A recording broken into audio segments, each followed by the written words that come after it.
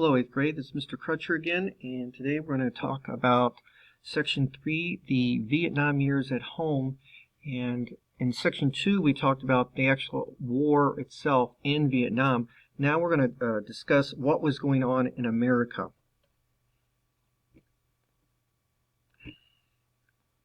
Okay, the youth protests. Now, while fighting was going on in Vietnam, in America, there was a huge, I guess you could say, gap or split in America. You had two groups that were either totally for the war or against the war, and more protests were happening. And the anti-war demonstrators called President Johnson and all his supporters killers. You'd have the supporters of the war referred to those protesters as traitors. So this really split America, and much of this division resulted from what was known as a generation gap. Many of the youth had radical ideas, and they rejected traditional American values, and what was formed as called a counterculture. Now, people who supported the war were known as hawks. That's these people right there. People who opposed the war were known as doves, down in this picture right here. And you can see the sign. It says love, not war. You see a lot of peace signs and protests. There's a big protest in Washington, D.C. Against the war. Also, many student protests, their focus was on opposition to the draft. And with this draft, all men had to register for the draft at age 18. So why would this cause problems? Well, some reasons people protested the draft. One, some people opposed the war believed that ending the draft could stop the supply of soldiers, thus ending the war.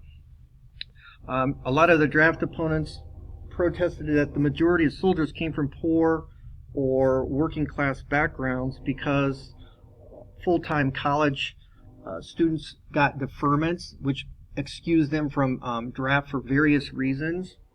And also, you had some people became conscientious objectors, or these are people who claim that because of their religions or moral beliefs, they shouldn't be allowed to fight in the war.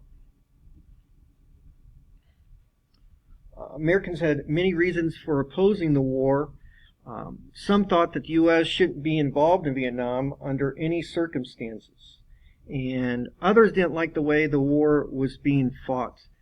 And both hawks and doves criticized President Johnson for the way he basically handled the war, and his approval rating was falling dramatically.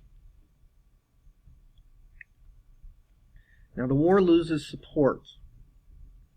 As opposition grew, like I said, we've got all these protests going on. Protesters planned larger demonstrations.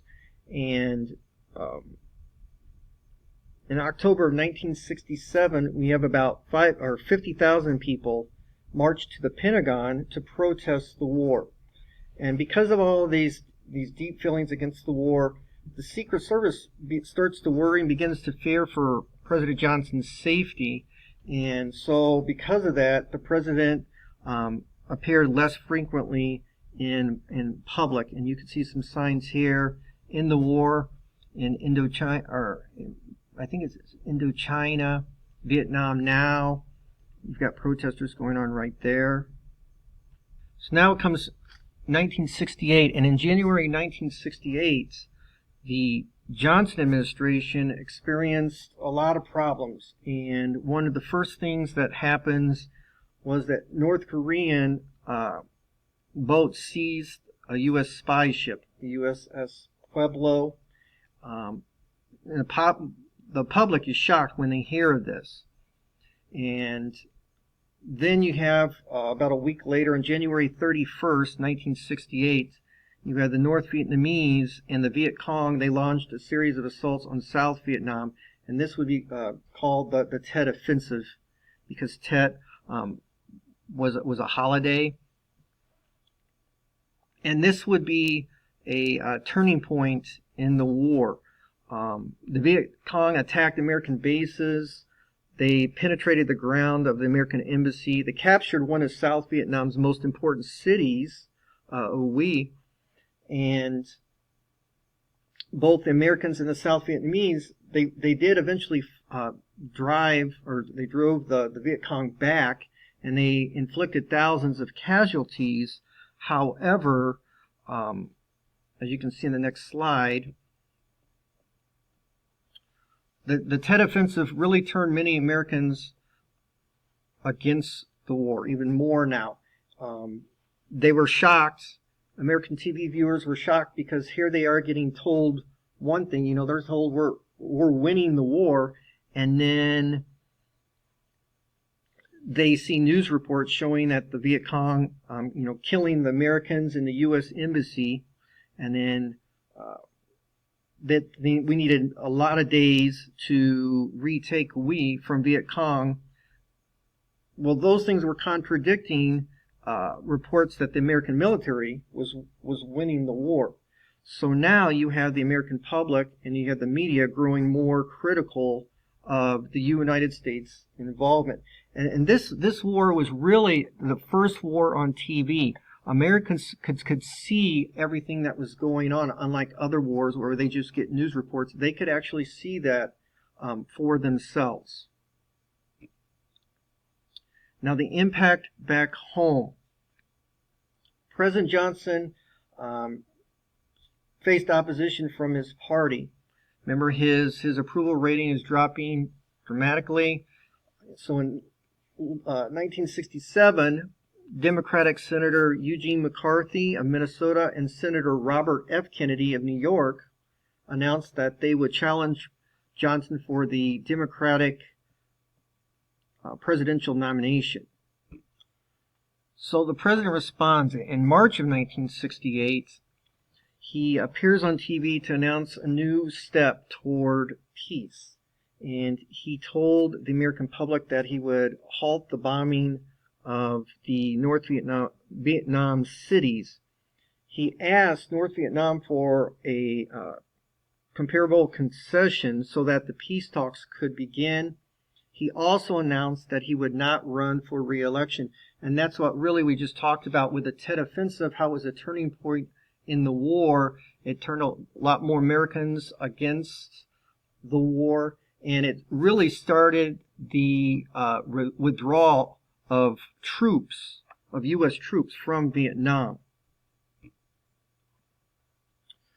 Violence erupts. A few days after President Johnson's announcement that he would not run again, we get the assassination of Martin Luther King Jr. He's killed in Memphis, and this assassination obviously triggered anger and rioting in many U.S. cities. So the army troops come in to the urban areas to restore order, and now you have even another fear of Americans worried about the renewal of urban violence.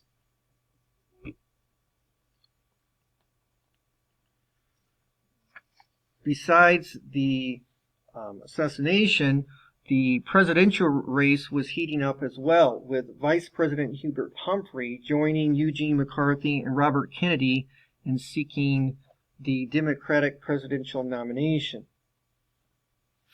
So as 1968 continued, you had McCarthy and Kennedy facing each other in several primaries.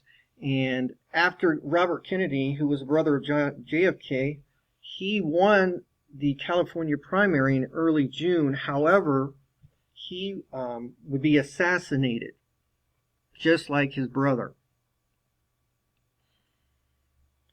The Democratic Convention.